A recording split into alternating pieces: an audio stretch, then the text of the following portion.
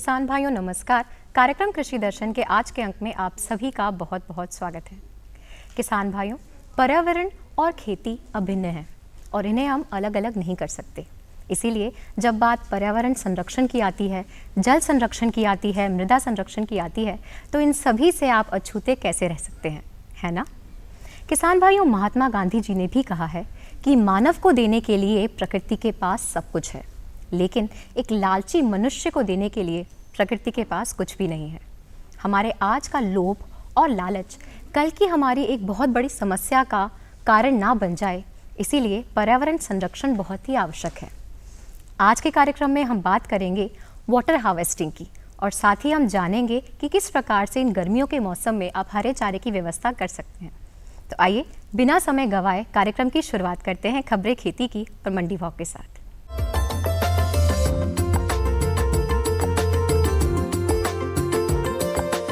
नमस्कार किसान भाइयों, खबरें खेती की में आपका स्वागत है। सबसे पहले नजर डालते हैं आज के मुख्य कृषि समाचारों पर। इस वर्ष सामान्य मानसून की उम्मीद, किसानों को होगा शीघ्र भुगतान, उन्नत विधियों से करें बीजोपचार, मूंग की उन्नत किस्मों से सर्वाधिक उत्पादन, एजेटोबैक्टर खाद उपयोग के लाभ।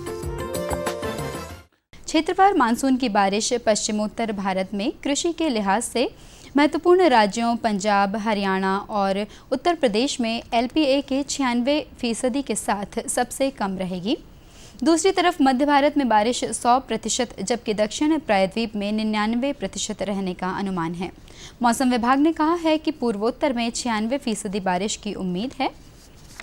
मौसम विभाग ने मानसून की अपनी पहली भविष्यवाणी अप्रैल में जारी कर दी थी और जून में इसे संशोधित किया है।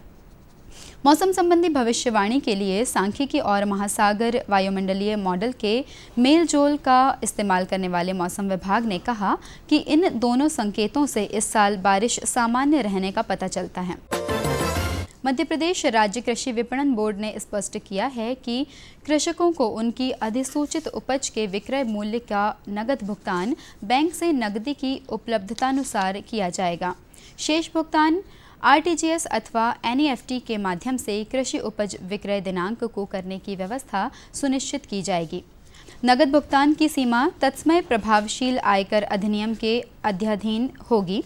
यह व्यवस्था इस संबंध में गत 5 जून को जारी आदेश के दिनांक से प्रभावशील होगी। उपचारित करने से पूर्व बीज को अच्छी तरह से साफ कर लें। बीजोपचार करते समय धूम्रपान नहीं करना चाहिए। बीजोपचार के पश्चात हाथ पैर साबुन से अच्छी तरह से साफ कर लेना चाहिए। कवकनाशी के खाली डिब्बों को नष्ट कर देना चाहिए। बीजोपचार करते समय रासायनिक दवाओं का उपयोग पहले करें, तत्पश्चात जैव उर्वरकों का उपयोग करें। कल्चर का उपयोग पैकेट पर लिखी अंतिम तिथि के पूर्व ही कर लेना चाहिए। कल्चर के पैकेट को ठंडे स्थान पर रखें एवं आग और धूप से बचाएं। मूंग से सर्वाधिक उत्पादन पाने हेतु उन्नत जातियां जवाहर 721, जवाहर मूंग 70, के 851, Pusa 16, ML 131, PDM 11, टॉर्म 1, ML 337, BM 4, HUN 1 प्रयोग करना चाहिए। खरीफ मौसम में मूंग का बीज 15 से 20 किलोग्राम प्रति हेक्टेयर लगता है। एजेटोबैक्टर जीवाणु खाद स्वतंत्र जीवी नाइट्रोजन स्थिरीकरण एजेटोबैक्टर या एजोस्पाइरिलम जीवाणु का नम चूर्ण कप उत्पादन है। इसके 1 ग्राम भाग में 10 करोड़ जीवाणु होते हैं। दलहनी फसलों को छोड़कर इस जीवाणु खाद को किसी फसल के लिए प्रयोग किया जा सकता है। एजेटोबैक्टर खाद के उपयोग से 10 से 20% तक पैदावार में वृद्धि होती है। प्राकृतिक स्वाद बना रहता है। जड़ों तथा वानस्पतिक भागों की वृद्धि होती है। इस जैविक खाद से फसलों में जीवाणु बीमारी फैलाने वाले रोगाणुओं का दमन होता है। खाद्यान्न फसलें भूमि से प्रचुर मात्रा में फास्फोरस पोषक तत्व का यथोचित प्रयोग कर लेती हैं। अंकुरण शीघ्र एवं स्वस्थ होता है। 20 से 30 किलोग्राम नाइट्रोजन की सीधी बचत होती है। तो किसान भाइयों, ये थी आज खबरें खेती की और अब आप देखिए मंडी भाव। मुझे दीजिए इजाजत। नमस्कार।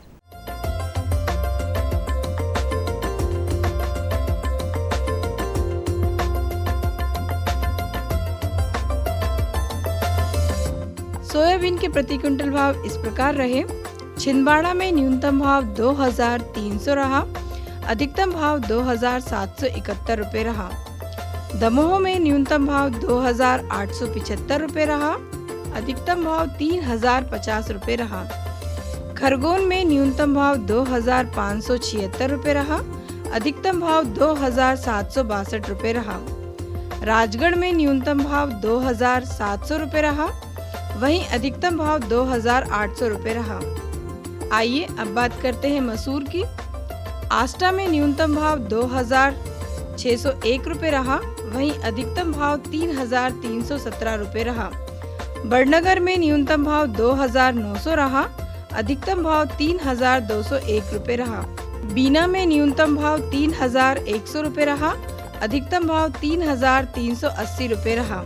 दमोह में न्यूनतम भाव 3500 रहा, अधिकतम भाव 3950 रुपये रहा। आइए अब बात करते हैं मक्का की। बड़नगर में न्यूनतम भाव 1381 रुपये रहा, अधिकतम भाव 1381 रुपये रहा। छिंदवाड़ा में न्यूनतम भाव 1334 रुपये रहा, अधिकतम भाव 1415 रुपये रहा। मनावार में न्यूनतम भाव 1300 रहा, अधिकतम भाव 1300 रुपये रहा। पिपरिया में न्यूनतम भाव 1200 रहा, वहीं अधिकतम भाव 1207 रुपये रहा।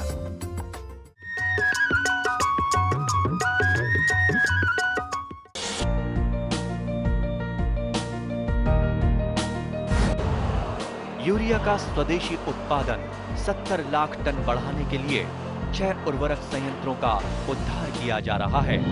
FCIL के गोरखपुर, सिंदरी, तलचर और रामागुंडम संयंत्र, HFCL की बरौनी इकाई और BVFCL की नामरू फोर्थ। सोने पर सुहागा ये है कि देश में अब बनेगा सिर्फ नीम लेपित यूरिया, क्योंकि इससे होगा किसानों का फायदा ही फायदा। अनाज का उत्पादन 10% तक बढ़ेगा, बढ़ेगी 10 से 15% नाइट्रोजन क्षमता। अरे सुन तो। मुझे क्या सुनाना चाहते हो? जो सुनाओ मेरी सौतन को। किसको? अरे वही तुम्हारा मोबाइल फोन जिससे सुबह शाम दिन रात चिपके रहते थे और कहते थे किसान कॉल सेंटर से बातें हो रही हैं। अच्छा ये बात है। हाँ क्यों, क्या हुआ? अब बात नहीं होती क्या? अब तो झट से बात हो जाती है। ऐसा क्या? हाँ, अब तो ज्यादा लाइनें और खास तकनीक के कारण खेती के माहिरों से तुरंत बात हो जाती है। और अगर कभी लाइन व्यस्त हो तो अपनी समस्या फोन पर रिकॉर्ड करा दो, वहाँ से फोन आ जाता है और समस्या की हल का मैसेज भी आ जाता है। ये देखो आ गया। अरे वाह, इसका मतलब इंतजार की घड़ी अब खत्म। हाँ, तभी मैं सोचूं कि आजकल मुझ पर इतना प्यार क्यों आ रहा है। कृषि संबंधी समस्याओं का अपनी भाषा में तुरंत हल पाने के लिए पूरे भारत में किसी भी फोन से हेल्पलाइन नंबर पर संपर्क करें। किसानों का दोस्त किसान कॉल सेंटर। ये बदलाव क्या है भैया? ये बड़े काम की चीज है। इंसान की सोच में अगर बदलाव आ जाए तो सब कुछ मुमकिन है, सब कुछ संभव है। अब ये बदलाव फिर आ रहा है। हर सूरत की मुस्कान में वो आपको दिखाई देगा। तो चलिए एक नई शुरुआत करते हैं, कुछ बदलाव करते हैं। दूरदर्शन किसान, एक नया चैनल जहां बातें होंगी बदलाव की और आपके कल की बेहतर शुरुआत की। छेड़ो बातें बदलाव की।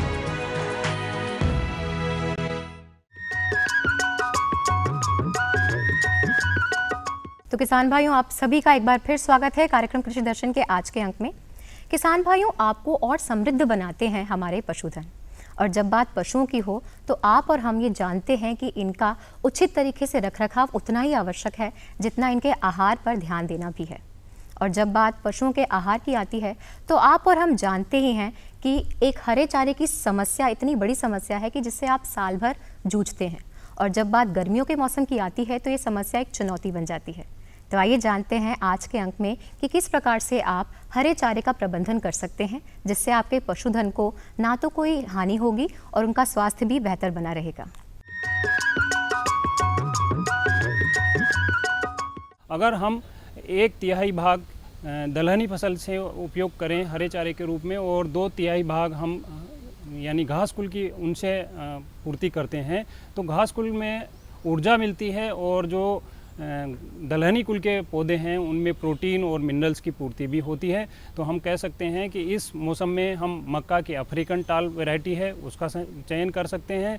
ज्वार में भी MP चरी है, उसके साथ सूडान चरी है। उसके अलावा भी हम बात करें तो शुगर ग्रेज उसका भी हम उपयोग कर सकते हैं, जिसका उत्पादन भी अच्छा मिलता है, प्रोटीन की मात्रा भी उसमें अच्छी होती है, उसको हम लगा सकते हैं। साथ ही साथ हम चवला भी उसमें मिक्स करके भी बो सकते हैं और अलग अलग भी बो सकते हैं। अगर हम बो के दोनों का अनुपात में अगर देते हैं तो कह सकते हैं संतुलित आहार के रूप में हम दे सकते हैं। एक पशु को हम अगर बात करें हरे चारे की तो उसके वज़न का, एक पशु का जो खुराक है या उसकी डाइट जिसको हम कह सकते हैं, वो एक पशु के लिए 2 से 3% यानी कि हम औसत माने तो 2.5% उसके वज़न के शुष्क पदार्थ चाहिए, जिसमें हरा चारा, सूखा चारा, दाना सभी सम्मिलित होते हैं। हम हरे चारे के रूप में एक पशु को 20 से 30 किलो तक हरा चारा खिला सकते हैं, जिसमें हम 1/3 यानी कि 7 से 8 किलोग्राम दाल वाली कुल की फसलों का और हम कह सकते हैं कि 16 किलोग्राम हम उसको हरे चारे के रूप में, अनाज वाली फसलों के रूप में अगर हम खिलाते हैं तो हम कह सकते हैं कि हमारे पशुओं के दूध उत्पादन की जो लागत है वो भी घट जाएगी। साथ ही साथ पशु सही समय से गर्मी पे आएगा। उसके साथ हम कहें तो उसमें जो मिनरल्स की पूर्ति होती है वो भी, और लागत की बात करें तो वो भी हम कम कर सकते हैं। लागत जो पशुओं में अगर होती है तो हम बात कर सकते हैं कि 70% तक उसके खाने दाने पे होती है। 1 किलोग्राम दाने अगर हम खिला रहे हैं तो 25 रुपये तक की हमारी कास्टिंग आती है, और अगर हम 7 से 8 किलोग्राम हरा चारा खिलाते हैं तो 1 किलोग्राम दाने के बराबर पोषक तत्व उसमें उपलब्ध रहते हैं, और उसकी कास्टिंग अगर हम बात करें तो 10 रुपये से ज़्यादा नहीं आती है। तो हम अपनी लागत घटा लें और उत्पादन अच्छा लेने के लिए वर्ष भर हरा चारा हमें लगाने की आवश्यकता है। दूसरे सीजन में जैसे कि हम बात करें सर्दियों में हम बरसीम, जई के अलावा हम मक्खन ग्रास, इनको भी हम लगा सकते हैं। साथ ही साथ हम रिजका, वो भी हम लगा सकते हैं। रिजका 1 वर्षीय भी होता है, बहुवर्षीय भी होता है। तो जहाँ पानी की उपलब्धता हो वहाँ पे हम बहुवर्षीय रिजका को भी प्लान कर सकते हैं, ताकि साल भर उसे भी हमें हरा चारा मिलता रहे। जायद में या गर्मियों की हम बात करें तो उस सीज़न में हम मक्का को प्लान कर सकते हैं। जहाँ पानी की उपलब्धता बहुत कम है उस स्थिति में हम मक्का और बाजरा, उसके साथ चवला को प्लान कर सकते हैं। ज्वार, जहाँ पानी की उपलब्धता अच्छी है, पानी का स्ट्रेस नहीं आता है, उस स्थिति में हम ज्वार को भी प्लान कर सकते हैं, क्योंकि ज्वार की जड़ों में या उसके उस तने में, चारे में एक धुरिन नाम का जहर बनता है जो पशुओं को नुकसान करता है। जैसे ही पानी की हम बात करें, पानी देके ही उसको काटना चाहिए। 50% फ्लावरिंग स्टेज पे जब आता है तभी हमें उनको काटने की आवश्यकता है, और काट के उसको कुट्टी बना के, सानी बना के ही हम जानवरों को खिलाना चाहिए। अगर हम हरे चारे के रूप में ये सारी चीज़ें उपलब्ध कराते हैं तो हम कह सकते हैं दूध उत्पादन की लागत भी घटेगी, दूध उत्पादन भी अच्छा होगा, पशु सही समय से गर्मी पे आएंगे, समय से रुकेंगे, बार बार रिपीट होने की समस्या है वो भी कम हो जाएगी, और हम कह सकते हैं कि ये वर्ष भर हमें हरा चारा उत्पन्न करना चाहिए। जिस स्थिति में पानी की उपलब्धता नहीं है, ऐसी स्थिति में हम देखें कि हम पेड़ लगाएं, जैसे कि सुबोबूल है जो साल भर हरे चारा उपलब्ध करा सकता है, जिसमें हम कह सकते हैं दलहनी कुल का है, प्रोटीन की मात्रा भी अच्छी होती है। अर्डू का हम उपयोग कर सकते हैं। उसके अलावा भी हम सैतूत है, उसका भी हम उपयोग कर सकते हैं साल भर हरा चारा उत्पन्न करने के लिए। जिस क्षेत्र में पानी नहीं है वहाँ पे भी हम गर्मियों में इससे हरा चारा ले सकते हैं। इसके अलावा हम एजोला, उसका भी एक संपूरक आहार के रूप में हम उपयोग कर सकते हैं, जिसमें प्रोटीन की मात्रा 25 से 30% तक पाई जाती है, मिनरल्स भी उसमें पाए जाते हैं। तो हम एजोला की उत्पादन तकनीक पे भी हम चर्चा करना चाहेंगे कि उसमें ज़्यादा खर्च नहीं होता है। जहाँ छोटा सा क्षेत्र हो, जैसे कि हम बात करें एक क्यारी अगर एजोला की बनानी है एक पशु के लिए, तो 15 फीट लंबी, 3 फीट चौड़ी, 1 फीट गहराई की क्यारी बनाएं, या गड्ढा हम पक्का बना सकते हैं, कच्चा भी बना सकते हैं। कच्चा अगर हम बनाते हैं तो उसमें पॉलीथीन की शीट बिछा देते हैं। शीट बिछा के उसमें हमें आधा इंच से 1 इंच तक मिट्टी की परत, जो उपजाऊ मिट्टी है, यानी कि हमारे खेत की जो मिट्टी है उसकी ऊपर से 6 इंच से मिट्टी लेके उसकी परत हम उसमें डाल दें। उसके साथ साथ हम उसमें 15 से 20 किलोग्राम गोबर की पकी हुई खाद या गोबर गैस से निकली हुई सलरी, या फिर हम कह सकते हैं कि उसमें वर्मी कंपोस्ट उसको डाल के और 2 किलोग्राम एजोला का कल्चर छोड़ दें, और उसके साथ हम 7 से 8 दिन में वो क्यारी भर जाएगी। तो हम प्रतिदिन उसमें से 1.5 से 2 किलोग्राम निकालेंगे, धोएंगे और पशुओं को खिलाएंगे। तो हम कह सकते हैं कि बहुत ही अच्छा उत्पादन हम अपने जानवरों से ले सकते हैं। धन्यवाद।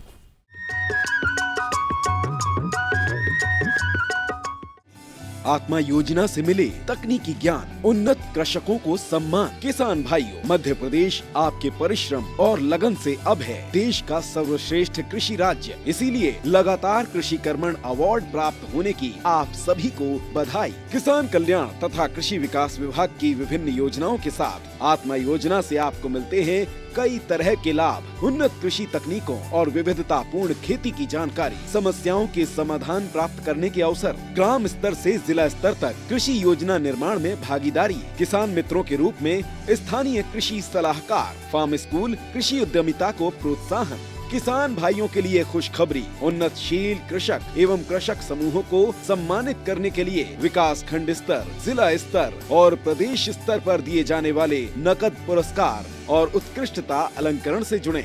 अपने कार्यों का विवरण देने तथा पंजीयन करवाने के लिए नजदीकी कृषि कार्यालय से संपर्क करें।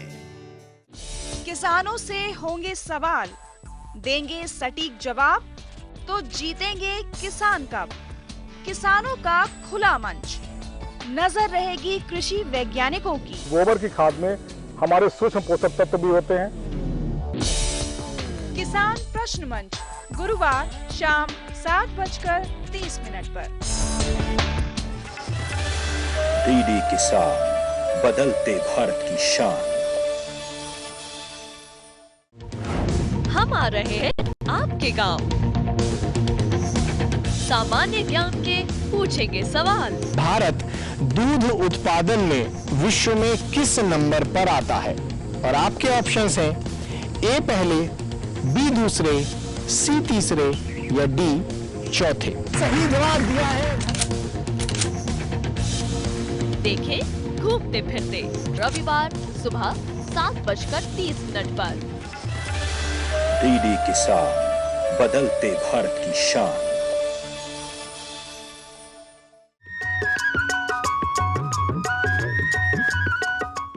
किसान भाइयों, खेत हमारी धरोहर है और हमें इन्हें लंबे समय तक सहेज कर रखना है। और इसी प्रकार जल ही जीवन है, बिना इसके जीवन की कल्पना भी नहीं की जा सकती। और आज हम सभी जानते हैं कि जल की एक समस्या एक ऐसी इतनी बड़ी समस्या है जिससे ना केवल हम और आप बल्कि पूरा विश्व ही जूझ रहा है। तो इस समय क्या किया जा सकता है? जी बिल्कुल, इस समय हमें ध्यान देना है कि किस प्रकार से हम जल को जितना हो सके संरक्षित करें। तो आज के कार्यक्रम में हम बात करेंगे वाटर हार्वेस्टिंग की, जिसे हम जल संचयन के नाम से भी जानते हैं। ये आप कैसे कर सकते हैं और इस अभियान से आप कैसे जुड़ सकते हैं, आइए जानते हैं।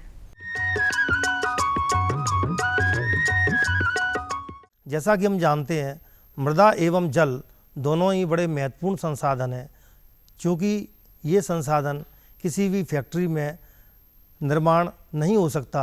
इनका केवल संरक्षण एवं संवर्धन ही एकमात्र उपाय है। इसलिए जल की वाटर हार्वेस्टिंग बहुत ही ज़रूरी है। अधिकांश पानी रन ऑफ से रोकने के लिए या व्यर्थी बहने से रोकने के लिए इस पानी के मार्ग में यदि हम बाधाएं खड़ी कर दें, अर्थात छोटे छोटे चेक्स बनाएं और छोटे छोटे डैम बनाएं, तो हम इस पानी को रोक सकते हैं। इसके पहले हमको रेकनांस सर्वे या हमारे जो प्रक्षेत्र हैं उनका विधिवत अभियांत्रिकी कंटूर सर्वे करना बहुत आवश्यक है। सर्वप्रथम हम रेकनांस सर्वे करते हैं या प्रारंभिक वीक्षण इसे हम जो कहते हैं। इसमें क्या होता है कि प्रक्षेत्र का भ्रमण करके और हमारे प्रक्षेत्र की चौगर्दी सीमाएं बनाई जाती हैं। चौगर्दी सीमा बना के और आसपास जहाँ कोई नाला या नदी या जहाँ कोई कुआं वगैरह है या जो बावड़ी है, जो प्राकृतिक जो पानी के स्रोत हैं, उनको चिन्हित कर लिया जाता है। चिन्हित करने के बाद में और हमारे प्रक्षेत्र में जो मिट्टी है उसकी भी जांच आवश्यक है। यह मिट्टी कितना पानी सपोर्ट करती है, जिसे हम क्षेत्र क्षमता कहते हैं। फील्ड कैपेसिटी और बिल्टिंग पॉइंट। बिल्टिंग पॉइंट माने वह बिंदु जहाँ पर पानी से फसल के जो पौधे हैं पानी प्राप्त नहीं कर सकते अपनी जीवन रक्षा के लिए, तो ये बिल्टिंग पॉइंट कहलाता है। तो इसमें फील्ड कैपेसिटी और बिल्टिंग पॉइंट के मध्य में जितना पानी अवेलेबल होता है उस पानी को हम जो है उस मिट्टी के लिए पार्टिकुलर, जैसे सैंड सिल्ट के लिए 3 प्रकार की ये उसमें सॉइल टेक्सचर है, सॉइल टेक्सचर के हिसाब से है, तो उसमें कितना पानी वो मिट्टी ग्रहण करती है क्षेत्र क्षमता के नाम से जानी जाती है। और जब जब हम जल प्रबंधन वाटर हार्वेस्टिंग की बात करेंगे तो जल प्रबंधन सहज ही उसमें निहित रहता है। तो वाटर हार्वेस्टिंग के लिए सबसे पहले हम जो कंटूर सर्वे करना चाहेंगे, कंटूर माने तलेक्षण, यानी कंटूर यानी प्राकृतिक रूप से वह रेखा होती है कि जिस पर समान ऊंचाई के बिंदु जमीन पर मिलते हैं, तो उस रेखा को कंटूर सर्वे के द्वारा डंपी लेवल के द्वारा उस रेखा का चित्र बनाया जाता है। तो कंटूर मैप के द्वारा ये निश्चित तौर पर एक अभियंता ये बता सकता है कि पानी किधर से किधर की तरफ जाएगा, ढाल किधर है। तो इस ढाल की जानकारी प्रत्येक एक जो तकनीकी जो किसान है उसको होना आवश्यक है, ताकि वो सिंचाई एवं जल निकास के विभिन्न स्ट्रक्चर्स हैं उनकी अभियांत्रिक रचनाएं अपने प्रक्षेत्र में करवा सके, जिससे जो हमारी खेती है वो लाभ का धंधा बन सके। इसके लिए निश्चित तौर पर ये ज़रूरी है कि उसके जो कंटूर मैप्स बनाए जाएं। कंटूर मैप के लिए हमारा जो प्रक्षेत्र है उसको जो है ग्रिड के रूप में बांटा जाता है। 5-5 मीटर के वर्गाकार या 10-10 मीटर के वर्गाकार ग्रिड हो सकते हैं, और हर ग्रिड पॉइंट का एक रिड्यूस लेवल होता है। उस रिड्यूस लेवल से कंटूर मिलाए जाते हैं, और कंटूर मिलाने के बाद में जो नक्शा प्राप्त होता है उस नक्शा से सिंचाई की लाइन यानी जो अंडरग्राउंड पाइपलाइन सिस्टम है और जो वाटर हार्वेस्टिंग की जो तकनीक्स है और इसके साथ ही जल निकास के विभिन्न स्ट्रक्चर्स हैं उनकी रचनाएं हम अपने प्रक्षेत्र में करवा सकते हैं। और इसके साथ साथ हम जब जो पानी आता है तो उसको क्या रोकने के लिए हम वुशवुड डैम बनाते हैं। वुशवुड डैम ये झाड़ियों से बनता है, बांस के जो लॉक्स रहते हैं उनको छोटे छोटे जो है नाले में या जो खेत से कोई नाला निकला है, नाले ट्रीटमेंट के दौरान उसमें ये बैम्बू लगाए जाते हैं। ये एक रो के होते हैं, एक पंक्ति के तो 1 रो बुशवुड डैम कहलाएगा, और डबल रो में है तो ये डबल रो का बुशवुड डैम कहलाएगा। तो ऊंचाई से अपस्ट्रीम से आने वाला जो पानी है वो पानी नीचे से उसमें से जो निकल जाता है। इसके साथ साथ जो सिल्ट वगैरह या गाद जो आती है वो इस जो है डैम में रुक जाती है। अधिकांश पानी इस स्ट्रक्चर के कारण रोका जाता है और नीचे से वो पानी जो ग्राउंड वाटर है उसमें जाके मिलता है और जल संवर्धन होता है। जल संवर्धन होने से वाटर हार्वेस्टिंग होती है और भूजल स्तर ऊंचा उठ जाता है। इसके साथ साथ दूसरा स्ट्रक्चर है गली प्लग। गली प्लग जो है उस अवस्था में बनाते हैं कि जहाँ पर हमें उस भूभाग पर पर्याप्त हमको ड्रॉप मिलता है, वहाँ गली प्लग बनाया जाता है। यदि प्राकृतिक रूप से हमारे पास स्टोन है, जो पत्थर हैं, तो हम लूज स्टोन प्लग भी बना सकते हैं, और इसके साथ साथ उसे हम जो है लूज स्टोन चेक डैम कहते हैं। और ये सब डैम यदि जो कंटूर आधारित हैं तो ये जो ये कंटूर डैम कहे जाएंगे। ये सब कुल मिला के वाटर हार्वेस्टिंग की बहुत अच्छी विधियां हैं। इसके द्वारा भूजल स्तर ऊंचा उठ जाता है और हमें दोनों सीजन में, खरीफ तो खरीफ, रबी तो रबी, दोनों सीजन में पर्याप्त मात्रा में फसलों के लिए जल उपलब्ध होता है।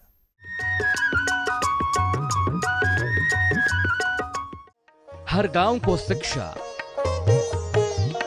हर हाथ को रोजगार, सुविधाएं बुनियादी हो या हो तकनीकों की भरमार, सांसदों की देखभाल से अब बनेगा स्मार्ट काम।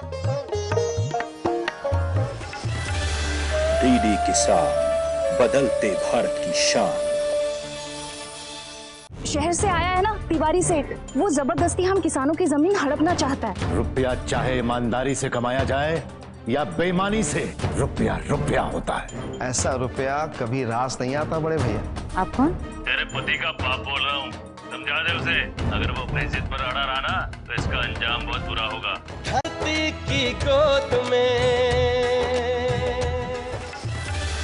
डीडी किसान, बदलते भारत की शान।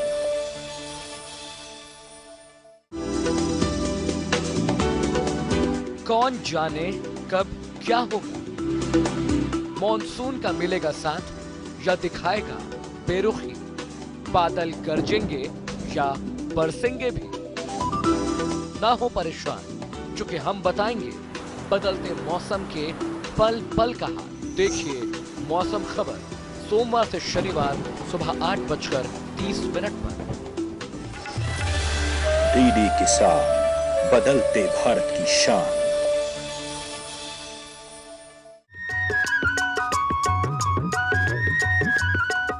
तो किसान भाइयों, ये था हमारा कार्यक्रम का आज का अंक। हमें उम्मीद है हमारे द्वारा दी गई जानकारियाँ आप सभी के लिए लाभकारी सिद्ध होंगी। आगे भी हम इसी प्रकार से आपके ज्ञान का विस्तार करते रहेंगे। तब तक के लिए हमें आज्ञा दीजिए। नमस्कार।